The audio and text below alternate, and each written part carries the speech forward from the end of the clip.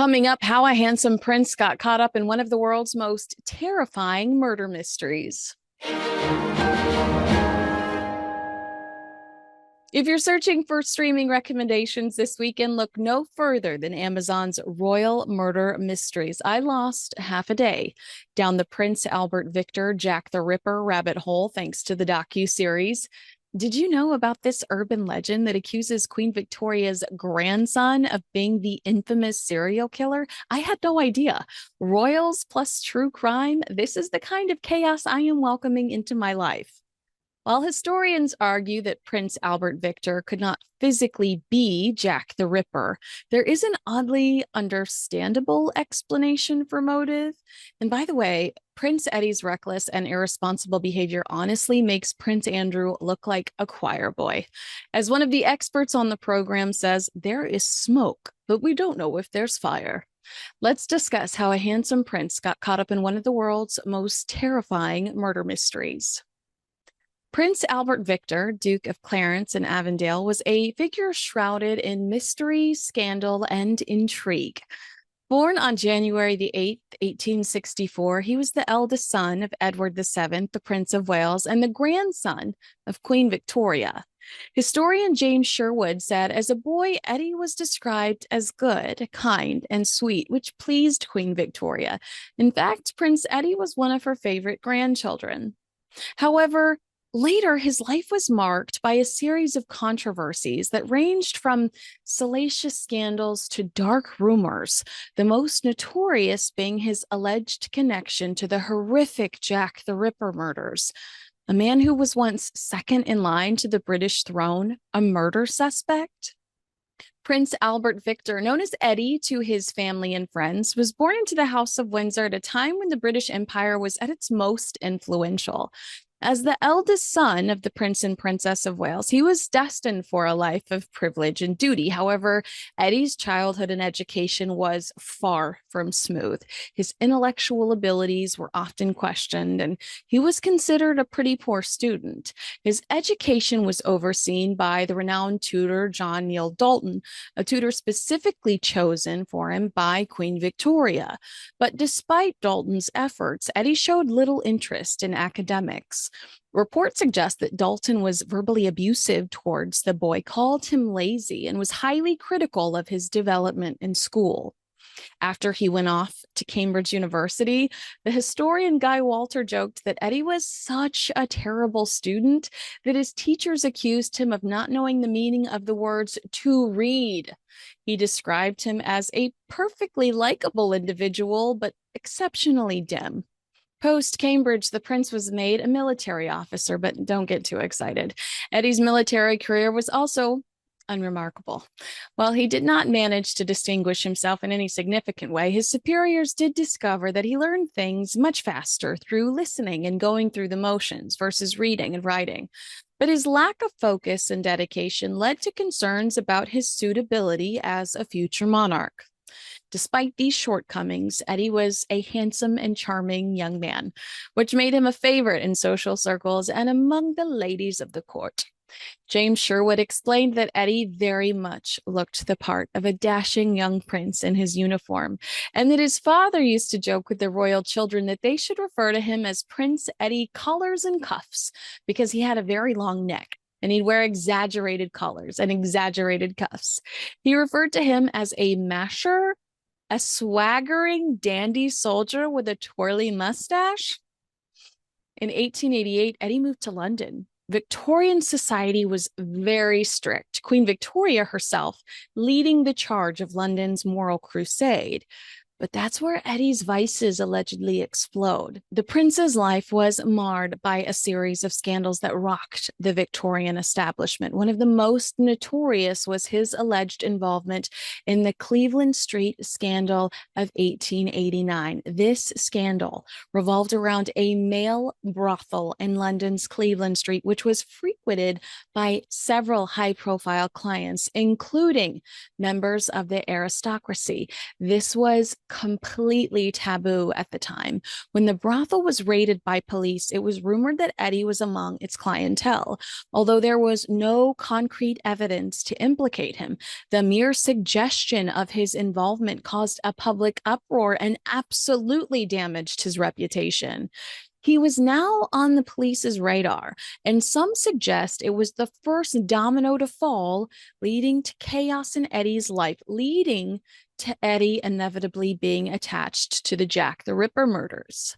Eddie had an alleged affair with a woman that produced an illegitimate child. The affair was said to be with a girl named Annie Crook. Obviously, such behavior was considered unacceptable of a prince and further fueled speculation about his moral character. Meanwhile, in London, the Jack the Ripper murders had the public terrified. People in the Whitechapel district of London were constantly looking over their shoulders. A mysterious killer was brutally murdering women, all of whom were prostitutes. The murders were characterized by their gruesome and cruel nature. Jack the Ripper's methods indicated a level of anatomical knowledge, leading to various theories about his identity, including speculation that he might have been a doctor or a butcher.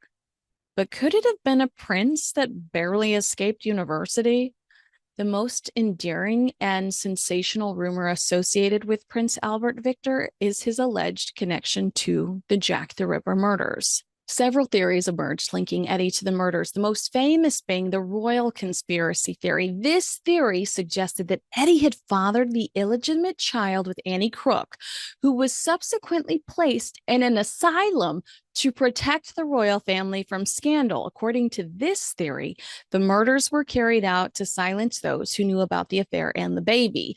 The Ripper was supposedly hired by the royal family or high-ranking officials to eliminate any witnesses. Oh, it gets weirder. Give me a moment. Then there's the Thomas Stowell theory regarding Eddie actually being Jack the Ripper, which emerged in 1970 when he published an article in Criminologist magazine.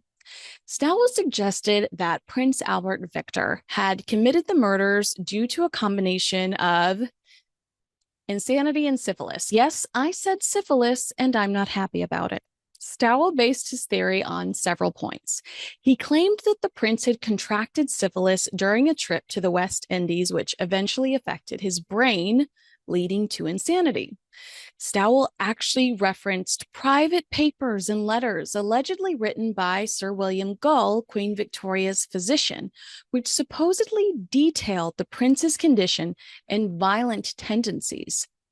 Now, proponents of this idea argued that Eddie's erratic behavior and bouts of insanity were indicative of a disturbed mind capable of committing such heinous acts.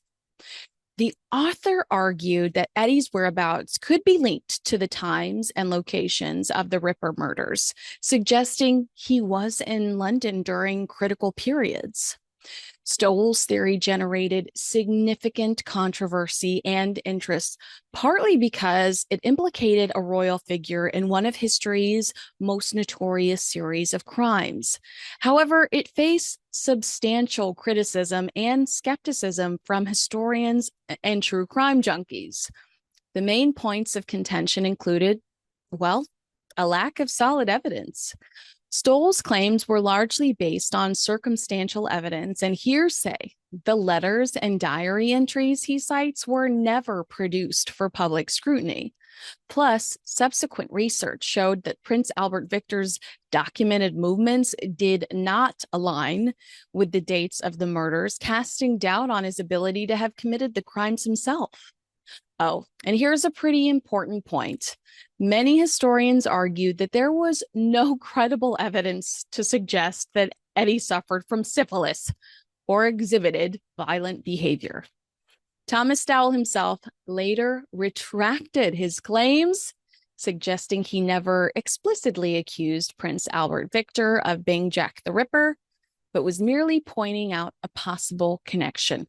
Despite this, The theory has remained a popular topic of discussion and speculation in pop culture. I mean, I'm just finding out about it. So, how popular is it, guys? I mean, it's not going anywhere, obviously. While the rumors and scandals surrounding Prince Albert Victor make for compelling stories, historical evidence suggests that many of these claims are unfounded or exaggerated. The Cleveland Street scandal, for example, remains shrouded in mystery. There's like 3,000 documents involved in that, okay? But there is no definite proof that Eddie was involved. Similarly, the Jack the Ripper theories lack substantial evidence and are largely dismissed by reputable historians. Prince Albert Victor's life was a tapestry of privilege, scandal, and rumor. Eddie's true legacy is probably of a troubled young man who struggled to live up to the expectations placed upon him. While his royal upbringing placed him at the heart of the British establishment, his personal failings and the scandals that surrounded him left a lasting stain on his legacy. The most sensational, his alleged connection to the Jack the Ripper murders, remains one of the great mysteries of Victorian England. Whether viewed as a tragic figure or a villainous character, Eddie's life continues to fascinate, offering a glimpse into the complexities and contradictions of the British royal family during one of its most tumultuous periods. Eddie died on January 14th, 1892, at the age of 28. It was pneumonia that took his life. He contracted it during an influenza pandemic that swept through Europe. At the time of his illness, he was at Sandringham.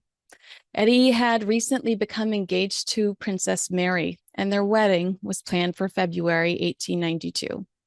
His death came as a shock to the royal family and the nation, as he was second in line to the British throne. His younger brother, Prince George, who later became King George V, eventually married Princess Mary, who would become Queen Mary. Did you know about this wild royal connection to Jack the Ripper? Let me know in the comments below.